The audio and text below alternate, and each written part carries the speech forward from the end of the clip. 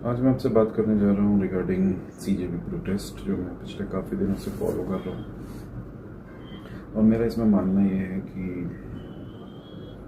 जो अभिजीत दीपके हैं और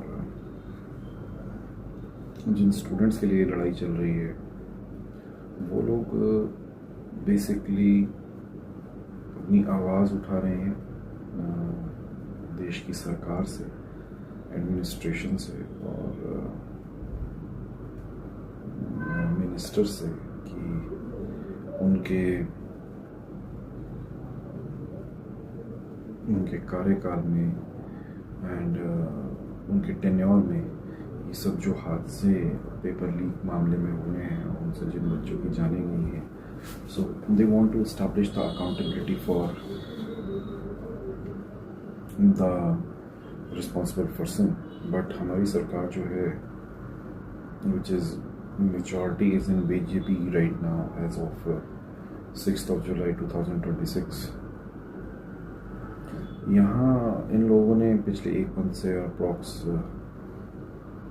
जंतर मंतर दिल्ली में धरना दिया हुआ है। दे आर मूविंग, मूवमेंट चल रही है, एक आंदोलन चल रहा है जिसमें यंग यूथ, बाकी सारे लोग, बच्चे, बहुत गर्मी का टाइम है इस वक्त, और अगर आप देखें यहाँ पे तो सारे बच्चे बहुत परेशान हैं। और मैं जब भी उनको सोशल मीडिया और रील्स पे देख रहा हूँ तो मुझे काफ़ी दुख हो रहा है।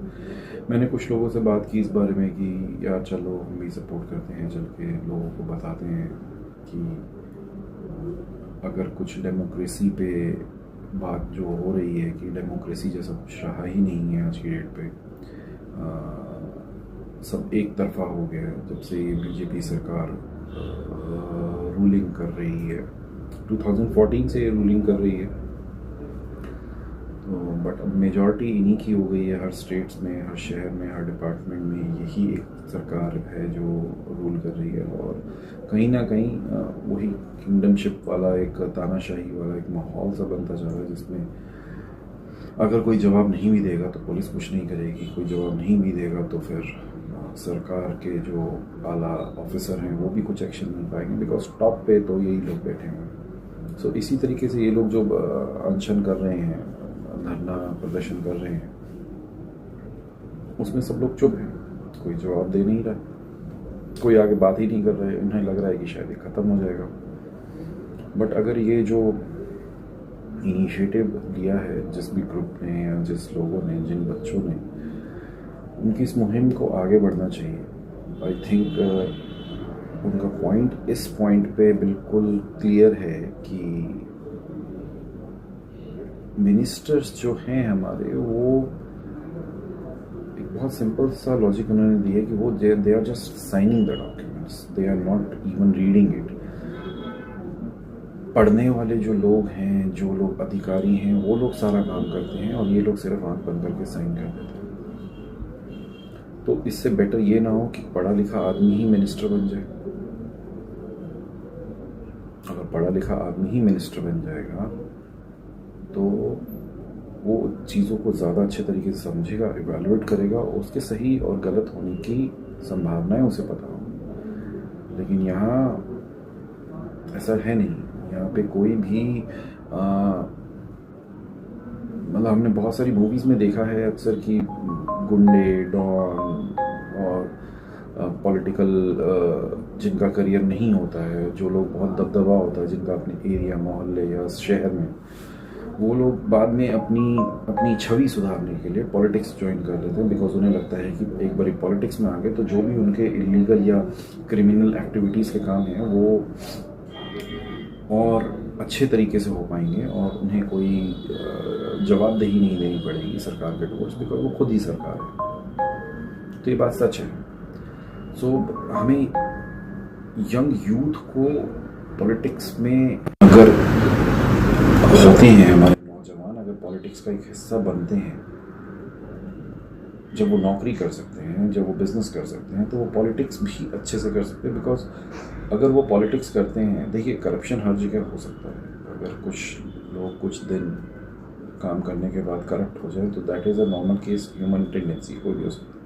ऐसा नहीं है कि सरकार में 50 साल वाला ही करप्ट होगा, 20 साल वाला नहीं हो सकता, वो भी हो सकता है करप्ट। बट हाँ, एटलीस्ट अकाउंटेबिलिटी का एक सिस्टम होना चाहिए जिसमें पॉलिटिशियंस के ऊपर भी एक्शन लेने का एक प्रावधान हो, जिसमें कि कोई पॉलिटिशियन, चाहे वो किसी भी एज ग्रुप, जाति, धर्म या किसी भी पार्टी का हो, उस पर एक्शन लिया जाए। अगर हम एक्शन लेने की सिचुएशन में रख सकते हैं तो कहीं ना कहीं एक अकाउंटेबिलिटी बनती है, एक थोड़ा सा डर रहता है किसी भी अफसर का या किसी भी मिनिस्टर का किसी गलत चीज़ में इन्वॉल्वमेंट होने के बाद अगर वो चीज़ सामने आती है तो उसे एक डर रहेगा कि कहीं यार मेरी नौकरी ना चले जाए, कहीं मेरे को ये कुर्सी ना छोड़नी पड़े। तो यही चीज़ का अभी अभाव है जिसमें सब लोग अपना एंजॉय करते हैं और आम जनता जो है वो सफ़र कर रही है, और इसीलिए अकाउंटेबिलिटी है ही नहीं।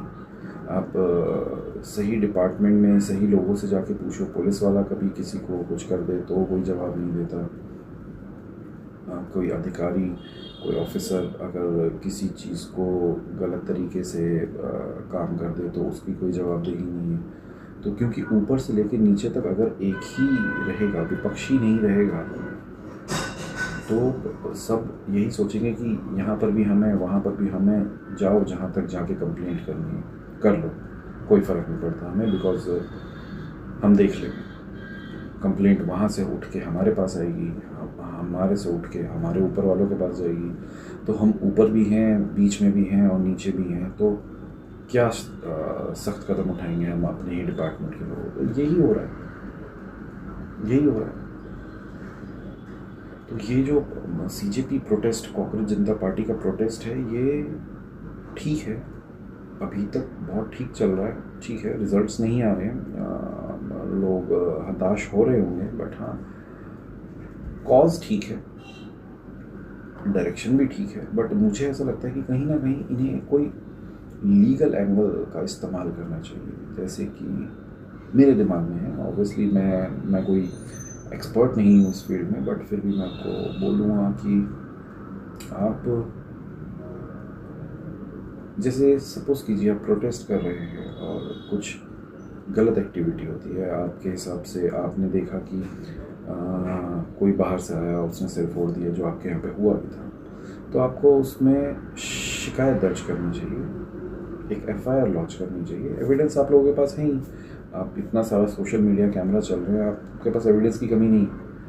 आप एनोनिमस दिल्ली पुलिस को कंप्लेंट कीजिए कि ऐसा ऐसा हो रहा है, FIR हो रही है। पुलिस मान लीजिए आपको बाथरूम टॉयलेट नहीं दे रही, जो कि उन्हें देनी चाहिए, आप एक फॉर्मल रिक्वेस्ट लेटर भेजिए, अगर वो उस पर फॉलो नहीं करते तो आप उसके खिलाफ भी FIR कर दीजिए।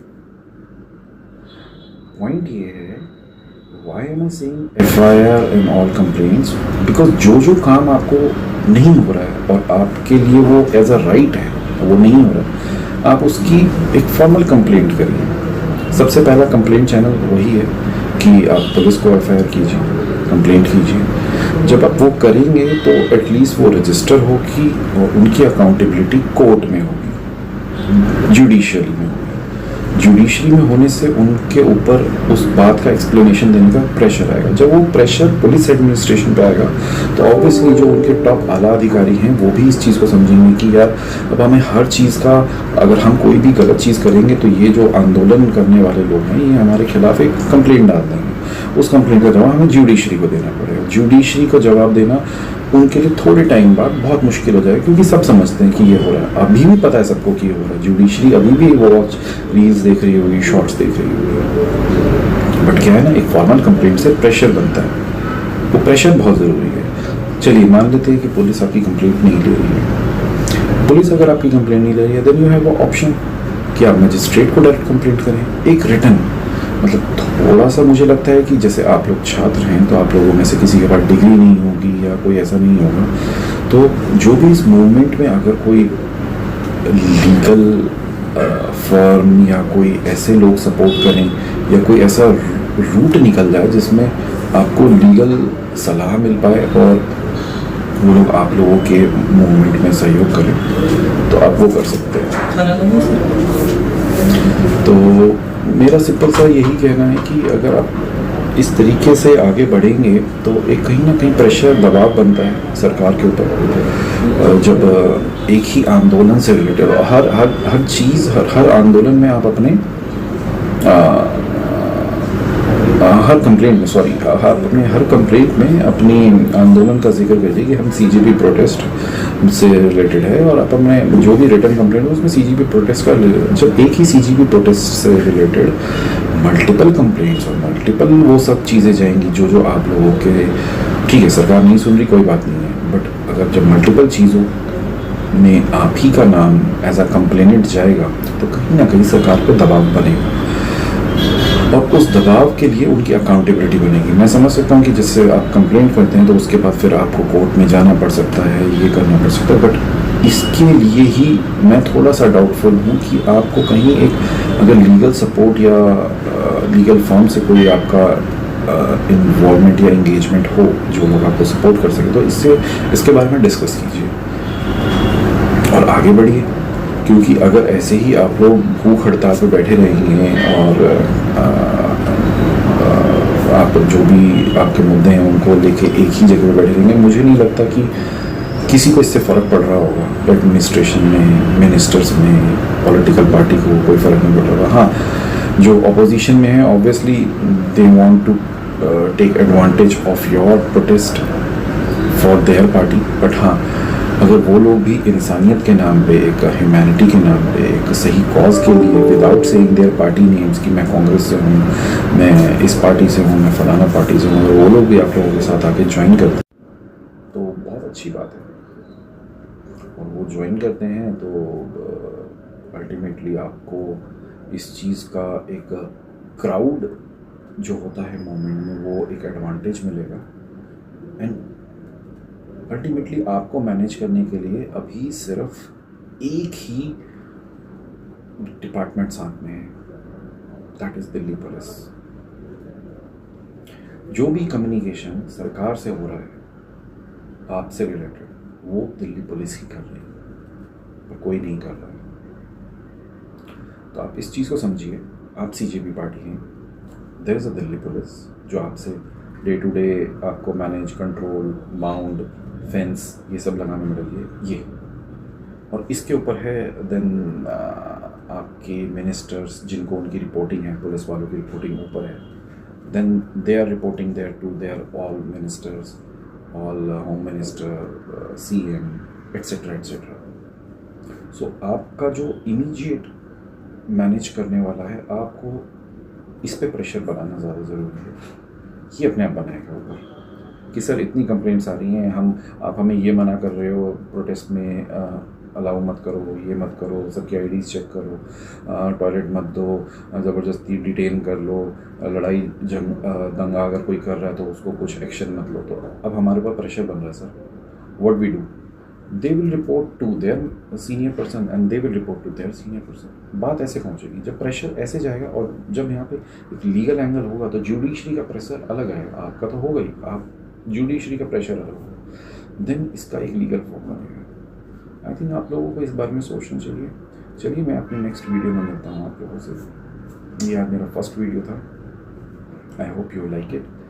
ये मेरे खुद के पर्सनल विचार हैं, इसमें किसी भी पार्टी का या किसी भी धर्म, जाति या किसी चीज़ का कोई लेना देना नहीं है।